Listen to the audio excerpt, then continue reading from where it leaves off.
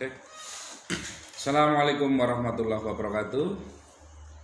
Alhamdulillah, apa kabar sahabat semua? Sambil menunggu teman-teman yang lain bergabung, alhamdulillah pada malam hari ini saya bisa kembali menyapa sahabat-sahabat semua melalui siaran live streaming ini. Semoga beberapa menit ke depan ini akan menjadi waktu yang bermanfaat untuk kita semua, akan memberikan suatu pencerahan atau suatu wawasan baru buat sahabat-sahabat semua, sehingga ini bisa menjadi satu amal soleh yang bisa diterima oleh Allah Subhanahu wa Ta'ala. Saya sekarang banyak live, memang banyak live karena sudah lebih dari 1 tahun ini kalau tidak salah. Saya sudah tidak menerima undangan untuk mengisi seminar, mengisi workshop ataupun pelatihan ya, karena memang ketika seminar, workshop, pelatihan ini hanya diikuti oleh sedikit orang tentunya, sehingga kemanfaatannya itu akan sangat terbatas. Maka saya berusaha membagikan pengalaman, membagikan spirit, membagikan wawasan yang saya ketahui walaupun hanya sedikit melalui video-video live dan juga sambil tanya jawab. Harapannya adalah kemanfaatannya bisa lebih luas gitu ya, bisa lebih luas. Karena ini teman-teman bisa menonton dari seluruh Indonesia, dan hasil video ini itu nanti semuanya akan saya upload di dalam channel YouTube saya, sehingga teman-teman nanti bisa nonton kapan saja itu ya. Jadi teman-teman bisa tonton kapan saja. Jadi nanti saya sambil tunggu ya, beberapa menit nanti saya sambil sharing ke teman yang lain. Sambil sharing.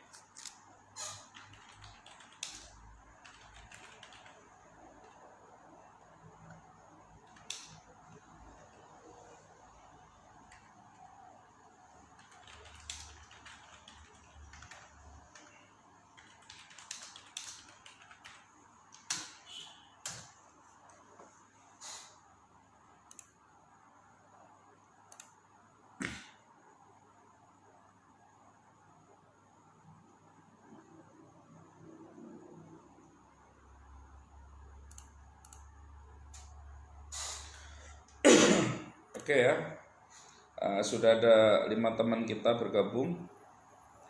Sudah ada 5 teman bergabung.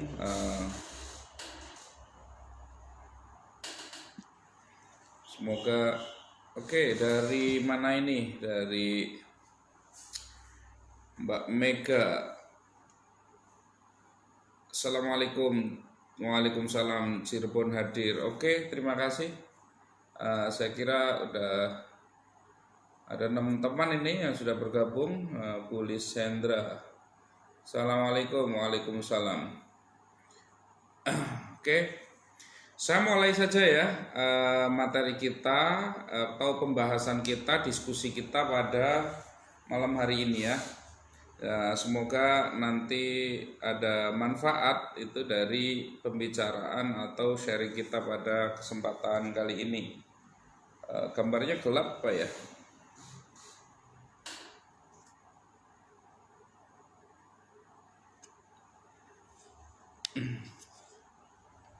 Gambarnya agak gelap ya, nggak apa-apa tapi ya. Oke, nggak apa-apa, agak gelap sedikit.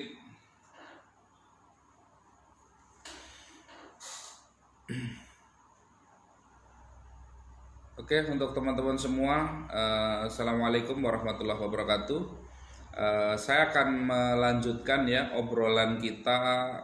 Saya dari kemarin sudah sharing tentang bagaimana caranya, kenapa kita itu banyak yang gagal lunas utang. Kemarin malam saya sharing orang gagal lunas utang diantaranya adalah karena panik financing gitu ya, jadi panik finansial. Itu yang paling banyak dialami oleh orang-orang. Kenapa? Ya wajar lah, namanya orang sedang punya utang, dikejar-kejar utang. Adalah sebuah hal yang wajar ketika seseorang itu merasakan kepanikan. Tetapi kalau memang kita itu punya komitmen yang kuat untuk bisa lunas utang, ya memang kita harus merubah kondisi tersebut. Bukan berarti terus kita pasrah terhadap kondisi, maka kita harus bangkit. Bangkitnya adalah dengan kita mulai merumuskan solusi, memilih solusi, kemudian kita itu maksimalkan solusi yang sudah kita pilih tersebut. Nih, nah teman-teman, pada kesempatan kali ini saya ingin membahas kembali. Kalau kemarin malam ya, satu itu adalah kita kemarin malam bahasnya kita gagal lunas utang karena panik. Terus tadi pagi kita bahas, kalau yang tadi pagi belum sempat nonton, bolehlah itu tadi ditonton videonya di Facebook saya, atau besok pagi lah insya Allah saya upload di YouTube saya sharing-sharingnya itu. Nah teman-teman, pada kesempatan malam hari ini khusus materi yang mau saya bawakan tentang kenapa seseorang itu lunas utang adalah terkait dengan yang namanya pengaturan cash flow.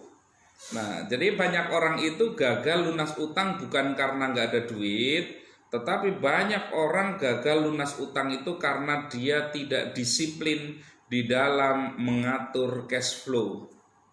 Saya mau tanya sama teman-teman semua, coba selama ini kita sudah disiplin nggak sih sebenarnya kita itu mengatur keuangan kita? Ini karena banyak orang, saya yakin banyak orang yang memang masih belum cukup disiplin di dalam menjalankan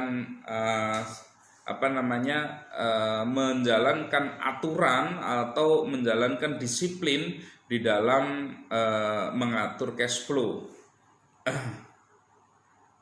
Ini. Nah, teman-teman, terkait dengan yang namanya cash flow ini, bagaimana sih sebenarnya pembagiannya itu, seperti apa sih sebenarnya pembagian untuk cash flow? Nah, ada kalau teman-teman yang sudah nonton video saya mungkin sudah mendapatkan penjelasan ya, tapi saya mau bahas kembali. Cash flow yang paling umum yang dilakukan oleh seseorang itu adalah memang biasanya adalah seseorang itu ketika memiliki suatu penghasilan, dia mendapatkan keuntungan dari usaha atau mendapatkan gaji dari kerjanya itu ya, maka dia itu akan membagi-bagi cash yang dimiliki untuk dialirkan ke berbagai macam pos pengeluaran.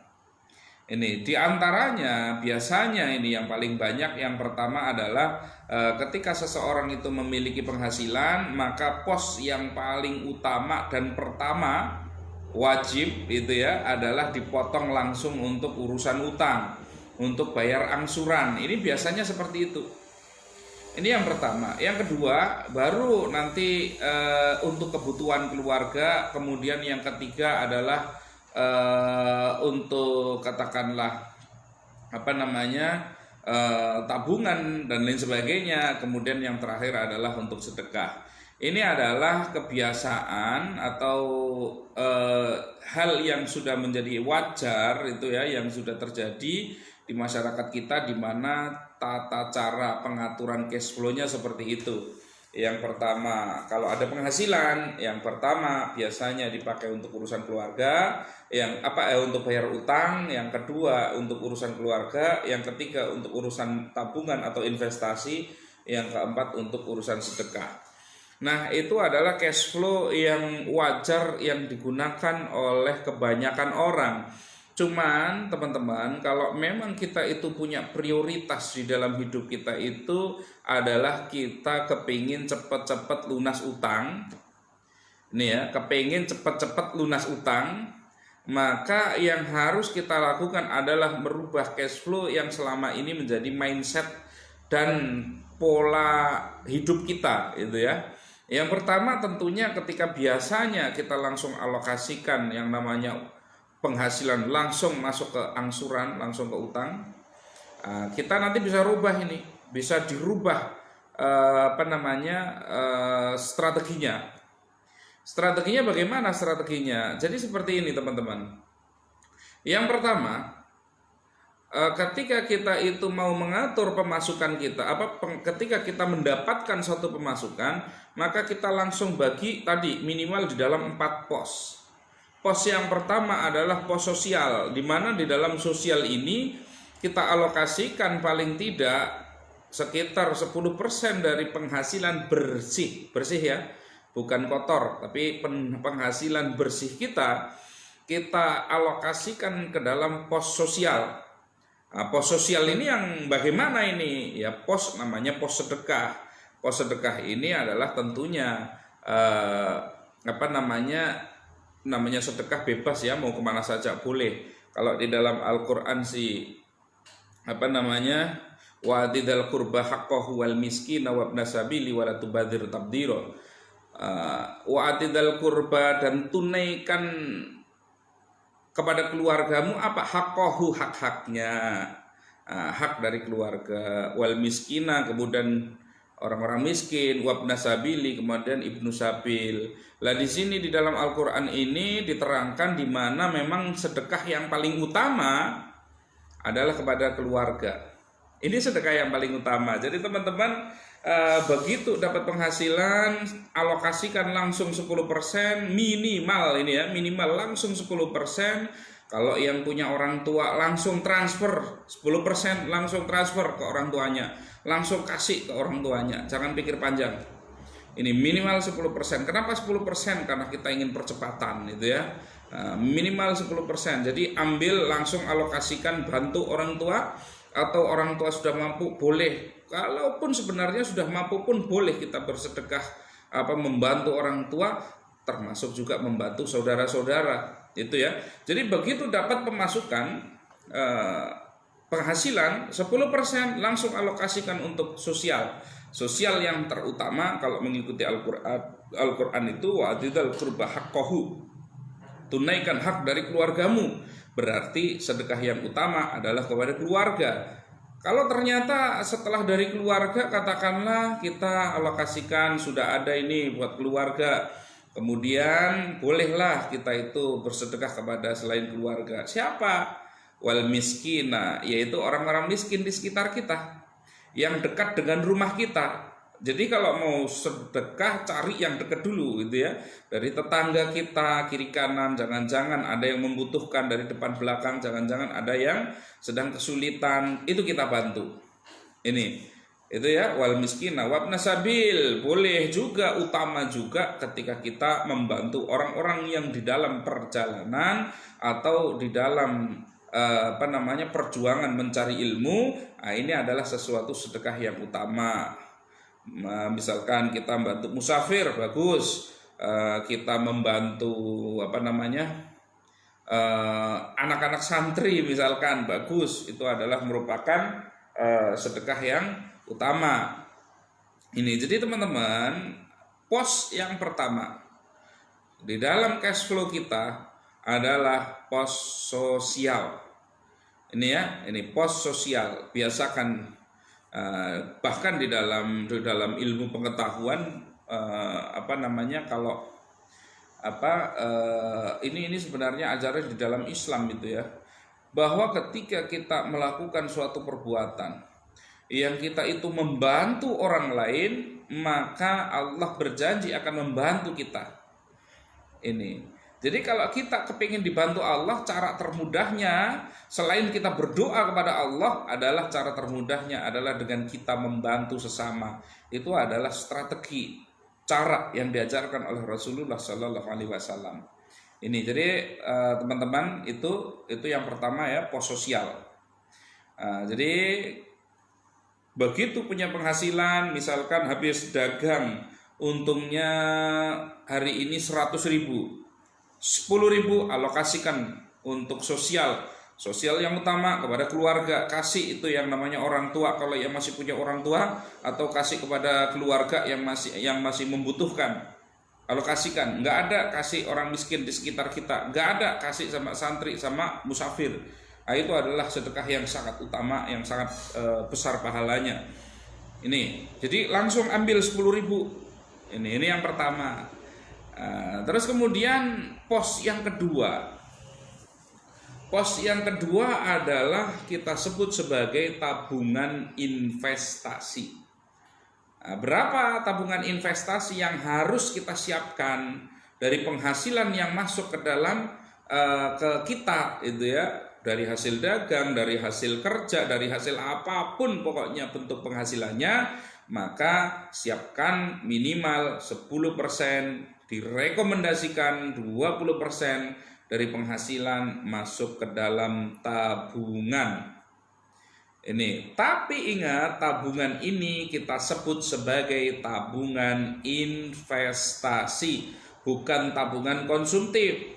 Bukan tabungan yang kalau hasilnya nanti sudah ngumpul buat beli HP baru, cuman biar fotonya lebih bagus sehingga selfie-nya makin hebat. Bukan. Tapi kalau beli HP baru karena mau bikin kalau untuk menunjang kerja bagaimana? Boleh.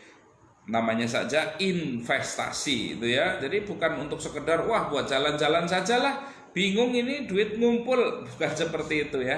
Jadi yang dimaksud dengan tabungan investasi adalah tabungan yang kita simpan dan hanya kita gunakan untuk kepentingan investasi, untuk kepentingan menunjang bisnis ataupun kepentingan untuk membuka bisnis baru. Ini teman-teman.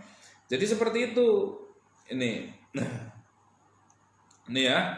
Jadi itu yang disebut dengan tabungan investasi. Oke. Jadi ketika kita itu, kenapa tabungan investasi itu penting sih? Ini masih terkait dengan malam yang kemarin ya. Malam yang kemarin saya sampaikan bahwa banyak orang itu panik ketika punya utang, itu panik gitu. Terus bagaimana biar tidak panik? Karena faktor kedua ini, orang menjadi panik. Kenapa orang menjadi panik? Karena dia nggak punya tabungan investasi. Sudah punya utang, sudah punya utang, tapi nggak punya tabungan. Bayangkan, aset malah dijual-jual satu demi satu hanya untuk ngangsur. Sampai akhirnya aset habis, tabungan nggak ada, tentu saja jadi panik. Maka yang harus dilakukan adalah harus memiliki yang namanya tabungan investasi. Ini, tabungan investasi itu saya gambarkan seperti ini. Seandainya ada satu kapal yang sangat besar sekali, kapal pesiar terbesar misalkan, sebesar-besarnya kapal pesiar, semewah-mewahnya kapal pesiar, saya yakin yang namanya kapal pesiar tetap akan memiliki yang namanya sekoci, yaitu kapal kecil di mana di dalam kondisi darurat dia berfungsi untuk menyelamatkan yang paling penting, yaitu nyawa.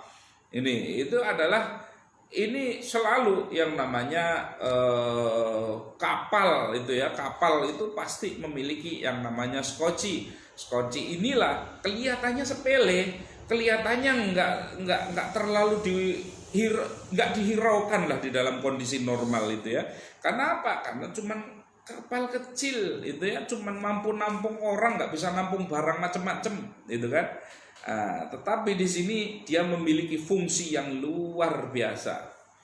Jadi teman-teman, kenapa kita itu panik? Tentunya adalah karena kita di dalam kehidupan ini kita nggak punya skoci. Ketika rumah mau disita padahal rumah satu-satunya. Ketika tempat usaha mau ditutup padahal tempat usaha satu-satunya. Tentunya kita wajar kalau kita itu panik. Maka teman-teman, untuk agar tidak panik, salah satu yang harus kita lakukan, haruslah kita memiliki yang namanya skoci. Skoci ini di dalam kehidupan ini kita sebut sebagai tabungan investasi. Jadi dengan paksakan diri, disiplinkan diri untuk memiliki tabungan investasi yang enggak diotak-atik. Sesakit apapun kondisinya, jangan diotak-atik kecuali memang sudah sangat mengancam gitu ya. Jadi memang sudah sangat mengancam sekali baru dimanfaatkan, digunakan, dan itu pun karena kita sebut sebagai tabungan investasi, maka tidak boleh digunakan untuk kepentingan bayar utang dan lain-lain. Karena ini skoci. Ini adalah skoci. Kalau kapal kita bocor, jangan skocinya dirusak untuk nambal kapal. Jangan. Ini, kalau kapal bocor ditambalnya pakai skoci, itu namanya orang mau bunuh diri itu. Lah terus bagaimana caranya? Cari yang lain untuk nambal. Tetapi ketika kapal sudah tidak mampu diselamatkan, sudah terlalu banyak sudah terlalu banyak bocor di mana-mana, maka skoci di sini memiliki peran untuk menyelamatkan Anda untuk memulai hidup yang baru. Maka tabungan investasi adalah skoci. Tabungan investasi adalah harapan.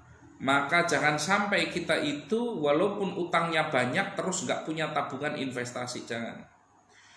Utang sebanyak apapun siapkan tabungan investasi, karena tabungan investasi adalah safety, adalah keamanan untuk kehidupan Anda, agar kalau sampai terjadi sesuatu yang terburuk, Anda masih memiliki harapan untuk diri Anda dan keluarga Anda. Ini, jadi tabungan investasi kesimpulannya adalah tabungan yang kita gunakan, kita manfaatkan adalah untuk membangun investasi, membangun bisnis baru, meningkatkan bisnis yang lama. Silahkan, boleh seperti itu, tetapi jangan digunakan untuk nyaur utang. Nah terus untuk nyaur utang dari mana? Siapkan pos tersendiri. Jadi ada posnya masing-masing. Jangan sampai pos sosial dipakai untuk investasi, jangan. Pos investasi pakai untuk sosial juga jangan. Kalau sudah dibuat pos, ada 4 pos di sini, maka jangan pos ini ngambil sini atau pos ini ngambil sini. Kalau sudah caranya seperti itu, mau strategi apapun juga kacau, karena ini adalah harus disiplin kita. Itu ya. Ini yang kedua, tabungan investasi adalah sebagai keamanan, itu ya, sebagai keamanan untuk kita agar kita itu di dalam menjalani hidup ini walaupun banyak masalah, rintangan, aral dan lain sebagainya, kita masih bisa kita masih memiliki ketenangan karena kita itu memiliki tabungan investasi yang bisa kita manfaatkan untuk menyelamatkan diri kita dan keluarga kita secara ekonomi. Ini yang kedua. Terus kemudian yang ketiga apa? Yang ketiga adalah penuhi kebutuhan hidup, penuhi kebutuhan hidup yang pokok untuk diri sendiri dan keluarga. Ini jadi nggak usah berlebihan, gitu ya. Jadi dari cara makan, cara pakaian, cara gaya hidup dan lain sebagainya, itu ya. Nggak usah. Jadi kita itu usahakan hiduplah yang sederhana, tidak usah terlalu kepingin peduli dengan omongan orang. Mau beli motor, katakan saya butuh motor untuk kebutuhan hidup saya, ya sudahlah beli saja motor yang second-secondan, nggak apa-apa, yang bekas juga nggak apa-apa lah itu. Yang penting manfaatnya, bukan yang penting gayanya, itu ya. Jangan menuruti gaya, tetapi turutilah memang kalau itu adalah sebuah kebutuhan, silahkan dipenuhi. Ini ya, jadi kalau anak misalkan, setiap orang tua kepingin katakanlah memberikan pendidikan yang terbaik untuk anaknya misalkan. Tetapi ya nggak usah terlalu memaksakan diri juga ketika harus misalkan masuk di sekolah yang super favorit, yang eksklusif dan lain sebagainya, yang membuat orang tuanya pontang-panting gitu ya. Tetapi ya, berikan pendidikan yang baik, tetapi tidak harus dengan yang mahal. Maka yang penting di dalam hal memenuhi kebutuhan keluarga adalah kebutuhan pokok. Ini ya, jadi kebutuhan pokok itu yang penting, sandang, pangan, papan, kesehatan itu adalah merupakan kebutuhan pokok. Ini yang harus dipenuhi, bukan gaya hidup keluarga, kebutuhan keluarga. Karena antara kebutuhan dan gaya hidup itu beda. Kalau kebutuhan itu bisa kita rencanakan, bisa kita hitung. Oh, kalau kebutuhan katakanlah untuk makan 1 bulan sekian, untuk biaya sekolah sekian, untuk untuk biaya transportasi sekian dan lain sebagainya. Itu adalah sebuah kebutuhan yang bisa kita hitung, tetapi kalau sudah gaya hidup nggak bisa. Gaya hidup itu nggak bisa, karena sekali waktu tiba-tiba pengen nonton di bioskop, tiba-tiba pengen jalan-jalan wisata ke sana sini, tiba-tiba pengen nongkrong di warung, di resto, di kafe, tiba-tiba kepingin ini dan itu, tiba-tiba kepingin ganti HP, tiba-tiba kepingin wah kayaknya ini bagus ini ada pengen beli kamera yang mewah dan lain sebagainya itu ya. Jadi nggak usah. Yang dihitung, yang direncanakan adalah kebutuhan, bukan gaya.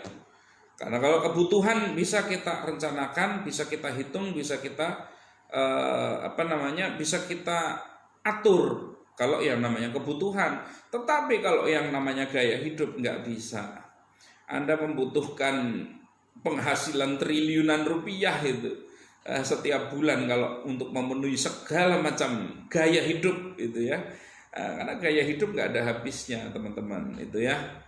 Ini yang ketiga tentang cash flow. Kalau punya uang segera alokasikan untuk kebutuhan pokok yang mencukupi, bukan berlebihan, yang mencukupi. Ini ya. Jadi kalau sudah bicaranya gaya hidup mau berapapun nggak cukup, ingat ya. Tapi kalau sudah berbicara tentang kebutuhan, bagaimana kebutuhan itu dihitung, kemudian bagaimana seminimal mungkin ditekan, pasti bisa dihitung yang namanya kebutuhan tersebut. Tetapi beda lagi teman-teman kalau urusannya adalah gaya hidup, nggak bisa kalau gaya hidup itu. Nah, selanjutnya ketika kita itu sudah ya alokasinya udah 3 ya. 1, alokasi sosial, punya duit berapapun segera 10% transfer ke orang tua boleh, ke saudara boleh, ke orang miskin boleh, ke orang yang membutuhkan siapapun boleh.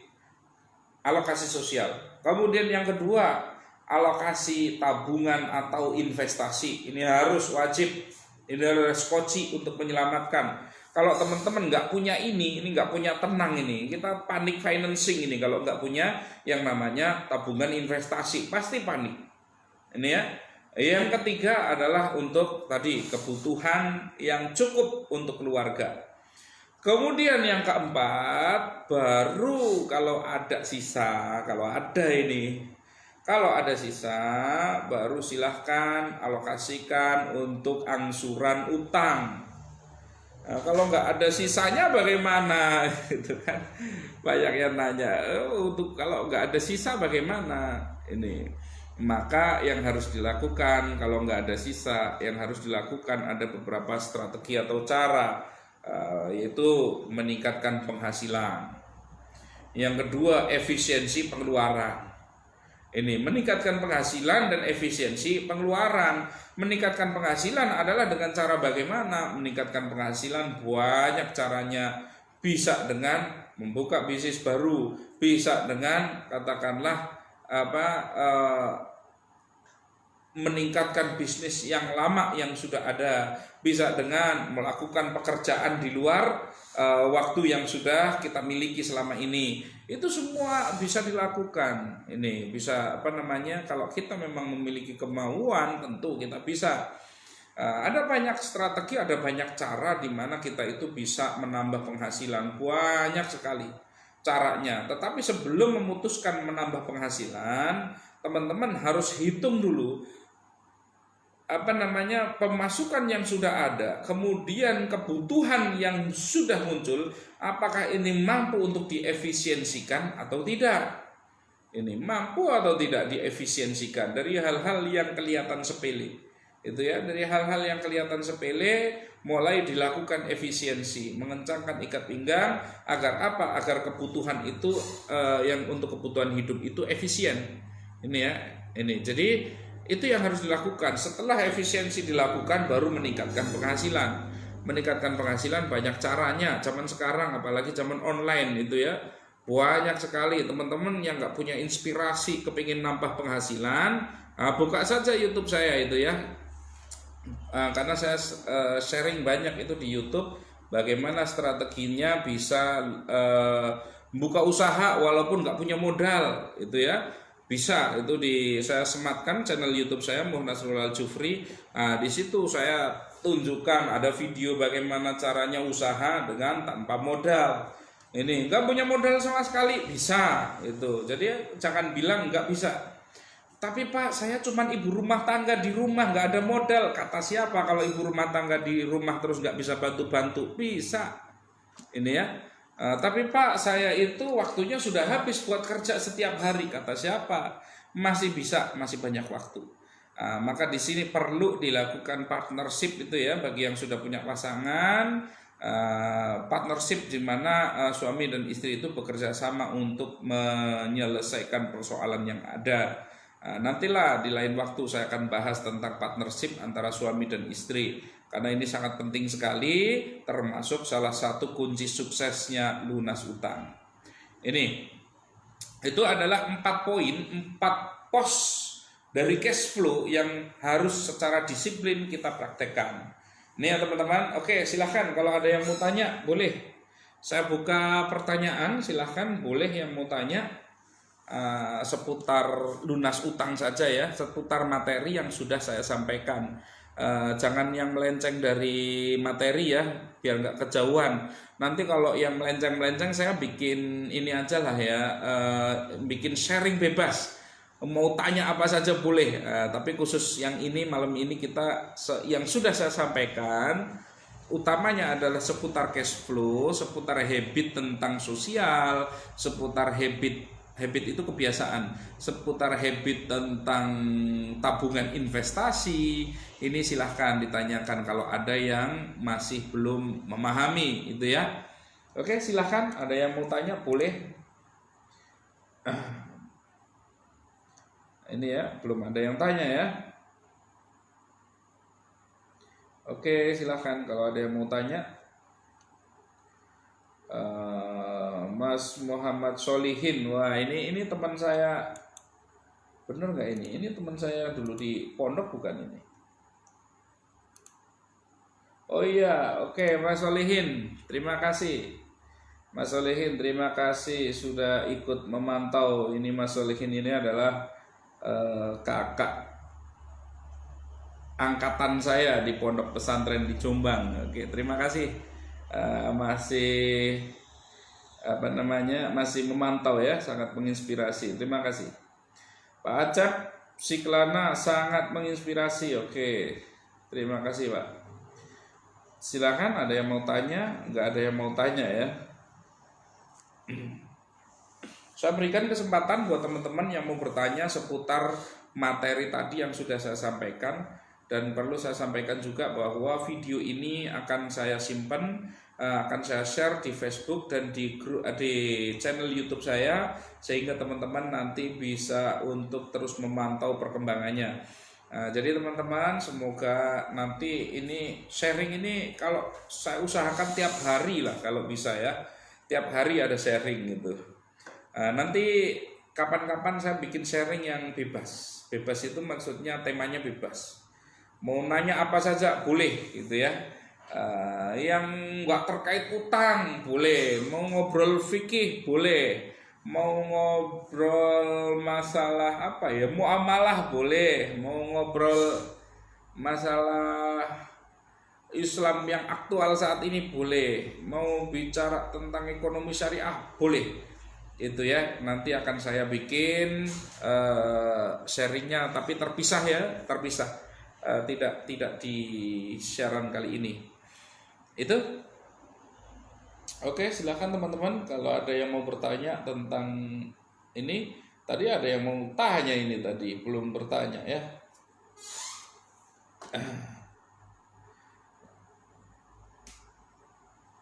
Video tidak bisa diputar sampai habis Pak, jaringan lelet, bisa ketinggalan info ini.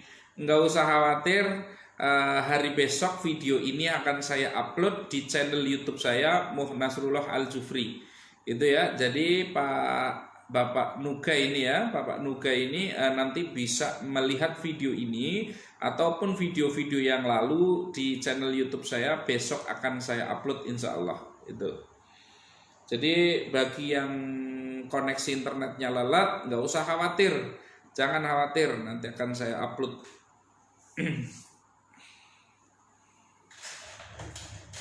Silakan kalau ada yang mau bertanya.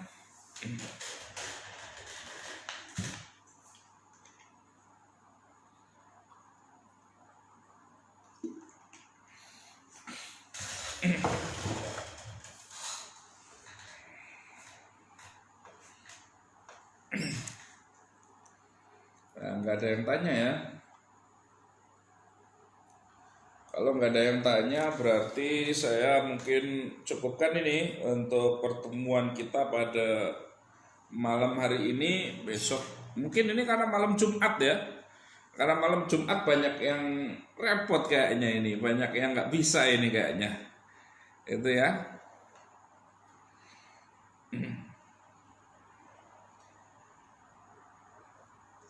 Oke, silakan. Tidak ada? Serius ini nggak ada yang nanya. Sepi banget. Oke. Itu jadi penyebab utama dari kita gagalnya lunas utang adalah karena kita itu tidak bisa betul-betul disiplin di dalam mengatur cash flow, itu ya. Oke, ada pertanyaan dari Angelia Pristi. Assalamualaikum Pak Ustadz. Waalaikumsalam warahmatullahi wabarakatuh. Saya mau tanya, manfaat alokasi sosial itu apa Pak Ustadz? Karena saya kurang memahami. Terima kasih. Oke, dari Mbak Angelia Pristi, manfaat dari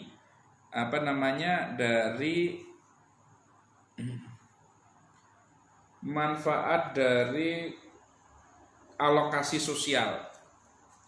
Yang pertama, mentalitas. Ini ya, yang pertama mentalitas. Kita membutuhkan yang namanya mental kaya. Ini, kita membutuhkan yang namanya mental kaya. Karena mental kaya ini kalau kita itu mentalnya, kalau kita bersedekah saja ringan, apalagi kita itu nanti di dalam bisnis berinvestasi pasti jauh lebih ringan. Kita kalau kita punya mental kaya, kita tidak mudah untuk yang namanya banyak katakanlah menyalahkan dan lain sebagainya. Kalau kita memiliki mental kaya, maka kita akan dimudahkan di dalam kepekaan sosial kita, kemampuan kita melihat situasi di lingkungan kita. Ini ya, makanya banyak orang kadang-kadang kenapa ya, saya itu bingung mau nyari bisnis. Mau bisnis apa ya? Bingung gitu. Padahal bisnis di mana-mana begitu banyaknya. Ini karena dia tidak mampu, dia tidak memiliki kepekaan gitu ya. Padahal di sekitarnya begitu banyak peluang bisnis. Itu yang realistis. Tetapi yang lebih utama, yang namanya alokasi sosial yang paling utama, lebih utama tentang tentang alokasi sosial adalah agar secara spiritual kita ditolong oleh Allah Subhanahu wa taala. Karena sebagai insan yang bertakwa, insan di dalam agama apapun itu selalu diajarkan tentang bagaimana bersedekah. Allah itu berjanji menolong siapapun yang mau menolong orang lain. Ini ya, ini adalah sebagai landasan spiritual di mana ketika kita membantu orang lain, maka Allah pun akan membantu kita. Nah ini, jadi selain dengan doa, kita juga harus katakanlah mendorong agar Allah itu mendorong keinginan kita, mendorong harapan kita dengan kita itu menolong banyak orang. Itu ya. Jadi alokasinya seperti itu. Selain itu, secara sosial pun ketika kita itu mudah untuk bersedekah dan lain sebagainya, secara sosial juga itu akan membuka banyak peluang. Ini jadi banyak peluang yang akan kebuka ketika kita itu menjadi pribadi yang dermawan, pribadi yang ringan di dalam membantu orang lain. Maka peluang-peluang bisnis, peluang-peluang pendapatan, peluang investasi dan lain sebagainya akan mengalir deras kepada kita. Itu secara sosial saja. Ini, coba teman-teman, kalau teman-teman milih yang mana orang untuk diajak partner bisnis, orang yang suka sedekah, orang yang suka bantu orang lain, atau orang yang pelit? Kira-kira kalau teman-teman cari partner bisnis, partner usaha, kira-kira yang mau diajak partneran itu orang pelit apa orang yang suka sedekah? Orang pelit atau orang yang suka bantu orang lain? Saya yakin semuanya sepakat untuk untuk bekerja sama, mengajak partneran orang yang suka sedekah, orang yang suka bantu orang lain, karena ini adalah sebuah karakter sosial yang luar biasa. Ini membuat orang merasa tertarik. Itu secara realistis saja. Ini saya sudah bahas tentang sosial ini di dalam di video beberapa waktu yang lalu itu ya. Bagaimana create your own luck itu ya, bagaimana menciptakan keberuntunganmu sendiri. Nah, itu salah satu materinya di situ sudah saya bahas tentang manfaat daripada kegiatan sosial kita. Itu ya. Ini jadi Bu Angela Pristi itu kaitannya.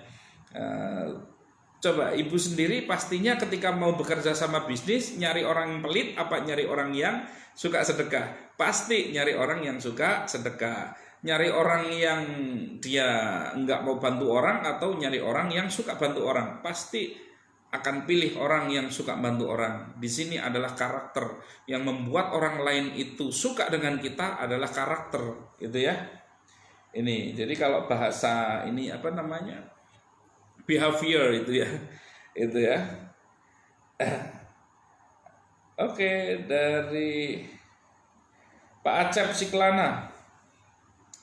Kalau misal janji untuk melunasi hutang, terus pas waktunya janji ternyata belum bisa bayar, apa itu termasuk dosa? Pak Acep, kita itu hanya berusaha. Ini ya, kita itu hanya berusaha.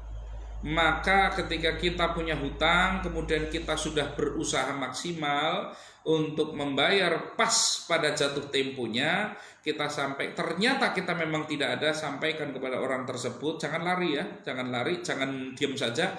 Sampaikan kepada orang tersebut, mohon maaf, saya sudah berusaha keras untuk bisa tepat pada jatuh temponya, tetapi karena memang kemampuan saya yang belum mampu, belum ada, maka mohon maaf, dengan sangat terpaksa waktunya akhirnya mundur.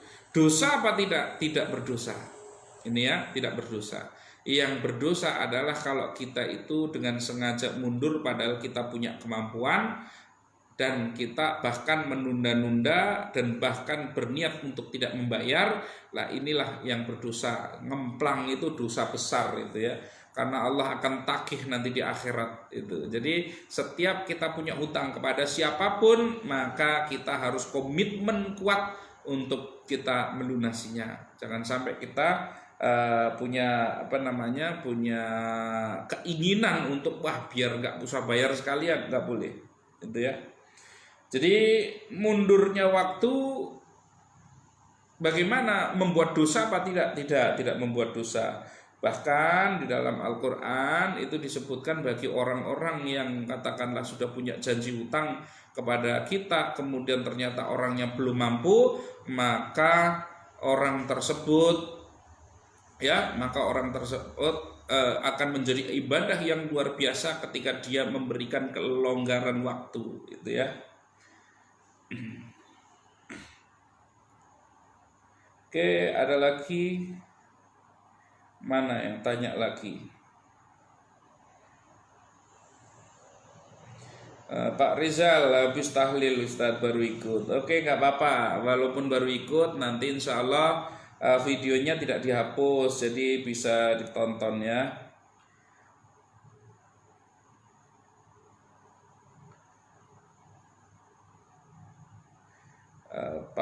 Nomor 4. Pak Bu Mega ya, Bu Mega Diva Bintang Griselda. Pak Ustadz, yang keempat kan buat simpanan bayar buat simpanan bayar utang. Tapi kalau misalnya uangnya udah nggak ada, tapi angsurannya udah jatuh tempo dan harus dibayar, jadi gimana itu? Ini. Maka kalau memang tidak ada itu ya alokasinya, Bu Mega ini ya, Bu Mega, kalau memang tidak ada alokasinya, maka kita sampaikan untuk penangguhan waktu. Kenapa ini harus dilakukan? Lah nanti debt kolektornya marah. Lah nanti banknya marah-marah. Gimana ini nanti caranya? Jadi begini. Ini strategi perbankan. Ibu, sekalipun katakanlah ada alokasi yang kita gunakan untuk keluarga kita, tetapi kemudian ada debt kolektor datang, alokasi yang untuk keluarga ada ini, cukup ini untuk ngangsur, maka jangan pernah alokasi untuk keluarga diambil untuk bayar angsuran. Kenapa itu harus dilakukan? Karena apa? Karena kalau sampai alokasi untuk keluarga, kita dolim kepada keluarga, dan di situ nanti keluarga akan mulai retak. Kalau keluarga sudah mulai retak, jangankan untuk lunas utang, untuk sekedar makan juga nanti bakal susah. Ini, maka keluarga harus diprioritaskan. Banyak orang ketika ditanya, bapak-bapak, ibu-ibu, apa yang terbaik, apa prioritas yang paling penting di dalam hidup ini untuk Anda? Banyak orang bilang, oh prioritas saya yang paling penting, yang paling utama buat saya adalah keluarga nomor 1 buat saya. Tetapi begitu ada alokasi keluarga, ini untuk kebutuhan hidup keluarga, yang satunya untuk bayar utang, duitnya cuman cukup untuk salah satunya dikasihkan sama debt collector atau untuk keluarga. Pertanyaannya, kalau dikasihkan untuk debt collector berarti Anda bohong, berarti yang terpenting dan utama di dalam hidup adalah bayar utang. Ini adalah itu, bukan keluarga berarti. Bukan keluarga yang terpenting. Bayar hutang itu wajib. Menafkahi keluarga juga wajib. Semuanya wajib. Ini ya, tetapi di sini harus ada prioritas. Ini harus ada prioritas. Keluarga harus prioritas di atas membayar hutang, karena jangan sampai keluarga terdolimi. Kalau sampai keluarga terdolimi di situ, maka tidak akan turun yang namanya keberkahan, rahmat untuk keluarga kita. Ini, maka lindungi keluarga kita, lindungi kebahagiaannya, jangan sampai hutang, apalagi hutang kepada bank, kepada rentenir, merenggut daripada kebahagiaan keluarga kita. Banyak orang itu yang namanya utang itu bukan hanya merenggut ekonominya, merenggut uangnya, merenggut hartanya, tetapi juga merenggut waktu untuk keluarganya, merenggut kebahagiaan keluarganya. Jangan sampai. Cukuplah utang itu merenggut harta, menghabiskan uang kita, tetapi jangan sampai menghilangkan kebahagiaan kita di dalam rumah tangga. Jangan sampai. Ini ya. Ini, maka disiplinlah di dalam pos-posnya masing-masing. Karena yang keluarga pun kita sudah hitung. Yang keluarga posnya ini sudah kita hitung. Yang kita hitung adalah pos untuk kebutuhan, bukan untuk senang-senang. Kalau ada pos senang-senang, pindahkan ke pos utang. Kalau ada untuk sekedar beli HP yang bagus, sementara manfaatnya belum jelas, pindah saja untuk kebutuhan, lunas utang, untuk ngangsur, boleh silahkan. Ini adalah kebutuhan pokok, jangan diotak-atik. Kebutuhan pokok manusia, sandang, pangan, papan, kesehatan, ini jangan diotak-atik. Ini ya, itu. Ini jadi kalau nggak ada, maka ya nggak usah dibayar dulu, sampaikan dan terima resikonya ketika harus dimarahi debt collector dan lain sebagainya. Lebih baik seperti itu daripada keluarga yang harus menanggung penderitaan. Ini ya. Ini. Jadi kita siap korbankan diri kita agar apa? Agar keluarga tetap bahagia. Jadi jangan sampai anak-anak kita nangis karena nggak bisa makan. Jangan sampai anak-anak kita malu di sekolah karena nggak bisa bayar sekolah. Jangan sampai seperti itu. Kita harus selamatkan kebahagiaan keluarga. Itu adalah prioritas. Ini ya, jadi jelas ya Bu ya, Bu Mega. Jadi harus jelas bahwa kalau nggak ada, ya nanti kita temui saja debt kolektornya. Mohon maaf Pak, ternyata saya belum ada uang. Saya sedang berusaha maksimal. Saya yakin saya bisa melunasi, saya punya iktikat baik untuk melunasi, tetapi saat ini saya tidak ada. Kalau Anda minta saya janji tanggal berapa, mohon maaf saya tidak bisa menjanjikan. Tapi saya berjanji, yang bisa saya janjikan adalah saya akan berusaha keras untuk bisa segera membayar utang. Itu saja kayak gitu, itu ya. Itu. Jadi caranya seperti itu. Lah kerja kerasnya ini adalah dengan kita berusaha, itu ya, dengan berusaha, dengan bekerja, buka usaha baru dan lain sebagainya. Disitulah namanya kita berusaha keras untuk mampu melunasi hutang. Itu ya Bu Mega ya, jelas ya. Pak Rizal Gumirang, Assalamualaikum Pak Ustadz, bagaimana meningkatkan keberuntungan diri kita? Wah, ini sebenarnya sudah saya bahas di dalam live khusus How to create your own luck, gitu ya. Bagaimana membuat keberuntungan kita sendiri. Sebenarnya sudah saya bahas ini Pak Rizal, 1-2 jam kalau nggak salah saya bahasnya itu ya. 2 jaman ini, nggak main-main 2 jam. Itu tapi nggak apa-apa, saya sedikit nyerempet keluar dari sedikit tema. Bagaimana meningkatkan keberuntungan diri kita? Meningkatkan keberuntungan diri kita, cara termudahnya, ini cara termudah yang selalu saya lakukan, adalah minta doa kepada siapapun, kapanpun, dimanapun. Minta doa dari kegiatan yang sedang kita lakukan. Minta doa dari kegiatan yang sedang kita lakukan. Contoh, saya baru usaha, misalkan saya punya perencanaan, masih rencana ini. Misalkan, saya developer properti, saya membangun perumahan syariah non bank. Ketika awal saya mau memulai, baru rencana, saya datang kepada teman-teman saya. Setiap kali ketemu dengan teman-teman saya selalu sampaikan, teman-teman, saya mohon doanya, insya Allah dalam waktu dekat saya akan segera membuat perumahan syariah. Nah, perumahan syariah ini manfaatnya kelebihannya, benefitnya adalah kami tidak menggunakan sistem riba. Mohon doanya agar diberikan kemudahan oleh Allah Subhanahu wa taala. Sampaikan seperti itu, minta doa ke sebanyak mungkin orang, ke siapapun, kapanpun, dimanapun, dalam situasi apapun, minta doa. Ini adalah strategi yang jitu sekali untuk kita itu bisa mendapatkan keberuntungan, itu ya. Jadi keberuntungan yang sangat luar biasa. Jadi di satu sisi kita didoakan, di sisi lain kita sedang promosi yang sedang kita lakukan, gitu ya. Jadi nggak usah kalau kita tiba-tiba teman-teman, sekarang saya punya proyek gini loh, rencananya begini loh. Nanti kita dikira sombong. Maka minta doa adalah cara yang terbaik. Ini terkait dengan keberuntungan, saya mau cerita sedikit ini. Suatu ketika ada orang datang ke saya, dia itu punya program-program program-program sosial, itu ya. Dia itu seorang tentara, dia punya program sosial, kepingin melakukan suatu kegiatan sosial di kampung halamannya dengan melakukan penanaman pohon, itu ya. Melakukan penanaman pohon. Begitu dia mau pulang, dia minta doa kepada komandannya, itu ya, kepada komandannya. Komandan, saya mohon doanya, saya mau pulang, saya kepingin melakukan suatu bakti karya di kampung saya sendiri dengan melakukan penghijauan. Bagus, nggak apa-apa. Ya, saya doakan semoga berhasil, sukses.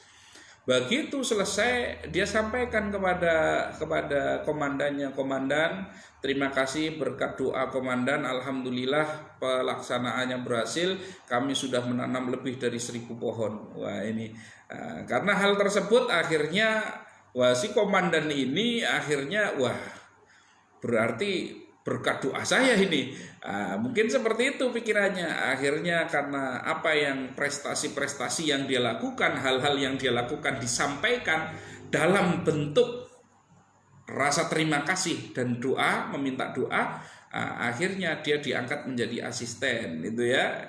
Jadi dari pangkat yang terendah dia langsung naik menjadi malah diangkat menjadi asisten. Ini kenapa hal seperti ini? Ini kan keberuntungan itu. Tapi keberuntungan yang kita buat, itu ya, yang itu ya. Jadi ada keberuntungan yang jatuh sendiri dari langit bahasanya, itu ya. Ada yang kita bikin sendiri, itu ya. Itu. Oke, itu caranya Pak Rizal. Itu. Bu Angela Pristi, amin amin amin ya rabbal alamin. Saya siap mendengarkan Pak Ustadz. Terima kasih Pak Ustadz. Ya oke. Semoga Ibu Angelia ya, semoga Ibu Angelia mendapatkan rahmat dan ridho dari Allah Subhanahu wa taala. Niat baiknya untuk mengamalkan salah satunya adalah alokasi sosial, niat baiknya dimudahkan oleh Allah Subhanahu wa taala, niat baiknya oleh Allah didengar dan dimudahkan sehingga diberikan kemudahan. Amin amin Allahumma amin. Pak Odis, Assalamualaikum Pak Ustadz, bagaimana cara menyikapi terhadap orang tua saya? Karena saya minjem uang sama orang tua belum bisa membayarnya, tapi sifat orang tua saya seperti saya meminjam sama orang lain. Apakah karena itu membuat saya jadi kekurangan terus? Oke. Pak Odis, ketika kita punya utang, kemudian utangnya pada orang tua menyikapinya seperti utang sama orang lain, mungkin ditagih terus dan lain sebagainya, nggak apa-apa, itu adalah merupakan resiko dan tanggung jawab yang harus kita terima. Mau utang kepada orang dekat, mau utang kepada orang lain, tanggung jawabnya sama, kita harus bertanggung jawab, kita harus mau untuk melakukan upaya sekuat dan sekeras mungkin sehingga kita bisa melunasi utang. Tetapi ada tetapinya ini urusan dengan orang tua. Akhlaknya jangan sampai akhlaknya ini berubah kepada orang tua. Kok orang tua saya nganggap saya kayak orang lain ya? Nah, nggak boleh. Jadi di urusan akhlak kita kepada orang tua tidak boleh berubah. Akhlak kita kepada orang tua justru malah harus semakin kuat, semakin baik, semakin dekat. Itu ya. Jadi harus seperti itu yang harusnya kita lakukan. Jadi bukan malah merasa aduh orang tua saya kok seperti ini, nagih-nagih saya seperti orang lain. Jangan. Tetap dekati orang tua, silaturahmi orang tua, sampaikan baik kepada orang tua atau orang lain. Kalau kita memang belum punya uang, sampaikan bahwa kita memang belum ada uang, tetapi teruslah berbuat baik kepada orang tua. Satu, yang pertama, terus berbuat baik kepada orang tua. Yang kedua, jaga silaturahim. Jangan sampai karena kita punya utang kepada orang tua, ditagih sama orang tua, terus kita jadi jarang silaturahim kepada orang tua. Justru yang harus dilakukan adalah kita itu harus mempersering jadwal silaturahim kita. Wah, tapi saya jauh, telepon sekarang sudah bisa, gitu ya. Telepon bisa, WA bisa, itu ya. Yang terbaik datangi, itu yang paling bagus. Terus yang ketiga apa? Doa. Yang ketiga adalah doa. Selain Bapak juga berdoa kepada Allah agar dimudahkan segera bisa melunasi utang, juga Bapak meminta doa kepada orang tua, Pak, Bu, tolong doakan saya biar saya segera bisa melunasi utang. Saya kepingin sekali agar saya bisa segera lunas utang. Saya sudah bersujud kepada Allah, nangis sama Allah, tetapi Allah belum mengabulkan. Mungkin kalau doa dari Bapak, dari Ibu, itu kata Ustadz, bi ghairi hijab, gitu ya. Itu tanpa hijab, tanpa penghalang. Maka doa dari orang tua itu adalah doa yang tembus langit. Maka saya mohon kepada Bapak, kepada Ibu supaya mendoakan saya di 5 waktu sholat supaya saya tetap cepat-cepat bisa bayar utang. Terima kasih Bapak Ibu. Itu caranya seperti itu. Itu adalah menjaga akhlak kepada orang tua. Itu ya. Itu Pak Odis seperti itu. Ini. Terus kemudian Pak Acep Siklana, terima kasih Pak Ustadz. Ada lagi yang saya tanyakan, bagaimana menghadapi orang yang punya utang udah ditagih tetap gak bayar? Apakah kalau yang ngasih utang dosa? Enggak, kalau utangnya enggak ditagih lagi. Ya bisa dibilang diikhlaskan. Oke, Pak Acep.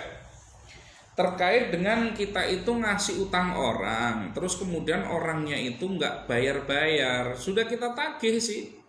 Sudah kita tagih. Jadi di dalam Islam kita itu wajib hukumnya nagih utang. Kita wajib hukumnya nagih utang, dan di dalam menagih utang harus dengan cara yang ahsan, yang baik, tidak dengan ancaman, caci maki, tidak dengan kata-kata yang kasar, yang kaku, yang kotor nggak boleh. Kita itu harus menagih hutang, itu adalah urusan wajib, tetapi tetap harus dengan akhlak yang baik. Ini yang pertama. Yang kedua, kalau memang belum ada, maka kita berikan kelonggaran waktunya. Kalau memang belum mampu, kita berikan kelonggaran, ya sudah semampunya, mau dicicil berapa boleh. Kalau tetap tidak bisa, ya sudahlah, saya ikhlaskan. Kalau memang diikhlaskan, akadkan dengan orangnya, "Hai fulan, kamu punya utang dengan saya sekian, maka mulai hari ini saya ikhlaskan utang kamu." Nah, ini adalah merupakan pahala yang luar biasa besar dari Allah Subhanahu wa taala, yaitu salah satu amal soleh yang sangat besar adalah mengikhlaskan utang. Ini adalah pahalanya luar biasa. Ini ya, jadi pahalanya luar biasa, melampaui daripada sedekah. Itu luar biasa itu. Ini jadi Pak Acep seperti itu ya. Jadi kalau mau mengikhlaskan, sampaikan kepada orangnya, jangan cuma dibatin di dalam hati. Pak Sumardi, Assalamualaikum Pak Ustadz, saya Sumardi dari Bapak. Bagaimana caranya bisa terlepas dari utang-utang saya? Tiap hari dikejar-kejar debt collector. Segala macam pekerjaan saya lakukan, tetap aja belum berhasil mengatasi utang saya, Pak. Nah, Pak Sumardi, selalu saya sampaikan, jangan melakukan segalanya untuk melunasi utang. Jangan. Segala pekerjaan saya lakukan, salah, Pak. Bukan segala pekerjaan saya lakukan, tetapi fokuskan kepada satu kegiatan. Jadi energi kita itu nggak mulai dari nol lagi. Kadang-kadang kita itu melakukan pekerjaan A, itu ya, melakukan pekerjaan A. Ketika kita usaha, wah ternyata usaha ini hasilnya cuma sekian, nggak berhasil. Kita pindah usaha B, lakukan pekerjaan B, ternyata hasilnya sekian, pindah lagi ke C. Terus seperti itu. Ibarat orang lomba lari, kita ngawali dari start terus, sementara orang sudah sampai garis finish. Kita ngawali dari nol terus, nah, sampai finishnya kapan, itu kan? Maka kalau sudah memutuskan katakanlah satu usaha yang mau kita jadikan sebagai core atau inti dari strategi lunas utang yang kita pilih, maka fokuskan waktu, tenaga, pikiran, semuanya sumber daya yang kita miliki untuk melaksanakan satu strategi tersebut. Jadi nggak usah banyak strategi, nggak usah banyak cara, nggak usah banyak pekerjaan. Satu strategi tapi maksimalkan, itu ya, segala potensi yang dimiliki maksimalkan di situ. Ini jadi jangan semua strategi, semua pekerjaan dilakukan, jangan, malah nggak berhasil, itu malah nggak bakal berhasil, itu ya. Itu Pak Sumarti. Terus kemudian Bu Mega, terima kasih Pak Ustadz. Ya sama-sama Bu. Pak Renaldi Saputra hadir. Oke. Pak Dedi Retno Sandi, saya mohon doa dalam waktu dekat akan membangun perumahan syariah tanpa riba. Alhamdulillah, saya selalu senang dengan hadirnya pejuang-pejuang anti riba, memulai memerangi riba dengan bukti, dengan langkah nyata. Itu ya, tidak hanya sekedar di podium, tidak hanya sekedar dengan retorika, tetapi dengan praktek langsung menjalankan kegiatan muamalah anti riba. Maka saya mendoakan terkhusus untuk Bapak Dedi Retno Sandi, semoga Allah Subhanahu wa taala mengabulkan cita-cita mulia Bapak, semoga Allah Subhanahu wa taala memberikan kemudahan, memberikan rahmat dan hidayahnya, memberikan anugerahnya yang terbaik agar Bapak bisa melaksanakan apa yang menjadi cita-cita Bapak, dimudahkan, diluaskan, dan juga semoga ini menjadi keberkahan bagi Bapak dan keluarga. Amin Allahumma amin.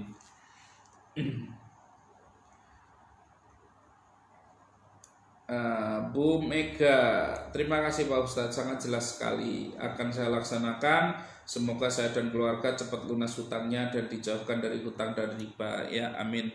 Semoga Ibu Mega, semoga segera oleh Allah dimudahkan untuk segera lunas utang, bebas riba, sehingga nanti keluarganya itu ya, keluarganya bisa mendapatkan rahmat, mendapatkan ridho dari Allah Subhanahu wa taala, dimudahkan segala urusannya, dilapangkan segala urusannya, sehingga oleh Allah Subhanahu wa taala menjadikan kebahagiaan, diberikan kebahagiaan baik di dunia maupun di akhirat. Amin Allahumma amin. Oke, itu ya. Alhamdulillah, ini sharingnya cukup lama juga ini. Tapi yang nonton 16. Nggak apa-apa, semoga nanti yang lainnya bisa menyusul menonton siaran langsung ini. Berarti kalau yang nanti udah nggak langsung ya. Semoga bermanfaat sharing kita pada malam hari ini. Insya Allah besok saya sharing lagi ya.